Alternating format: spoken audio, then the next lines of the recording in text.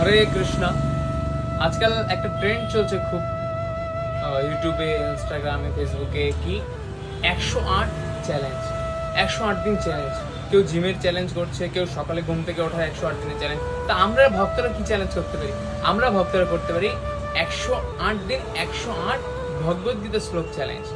শ্রীমদ্ ভগবদ্গীতাতে 700টা শ্লোক রয়েছে। 700টা শ্লোকই গুরুত্বপূর্ণ, ভগবানের মুখনিসৃত। 574টি ভগবানের মুখ থেকে মানে ভগবান উপদেশ দিয়েছেন। বাকি ধৃতরাষ্ট্র রয়েছে, সঞ্জয় রয়েছে, অর্জুন রয়েছে। তো এই 700 শ্লোক গীতার মধ্যে বৈষ্ণবেরা 108টা শ্লোককে বাছাই করেছেন, যেটা হচ্ছে খুবই গুরুত্বপূর্ণ 108টা শ্লোক।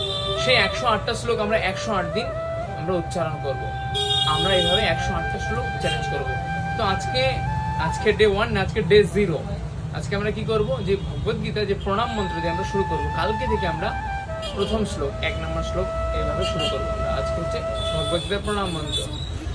শ্রীকৃষ্ণ হৃদয়ঙ্গিতা সংসার মল নাশিনী জ্ঞানং ভক্তিং মুক্তিদাত্রীং গীতা দেবী নমস্তুতে।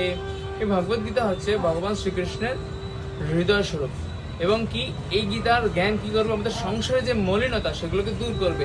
জ্ঞানং ভক্তিং মুক্তিদাত্রী, এবং জ্ঞান ভক্তি মুক্তি দান করবে। ভক্তরা ভক্তি চাই, মুক্তিকামীরা মুক্তি চাই, যে যা চায় এই গীতা থেকে পাবে।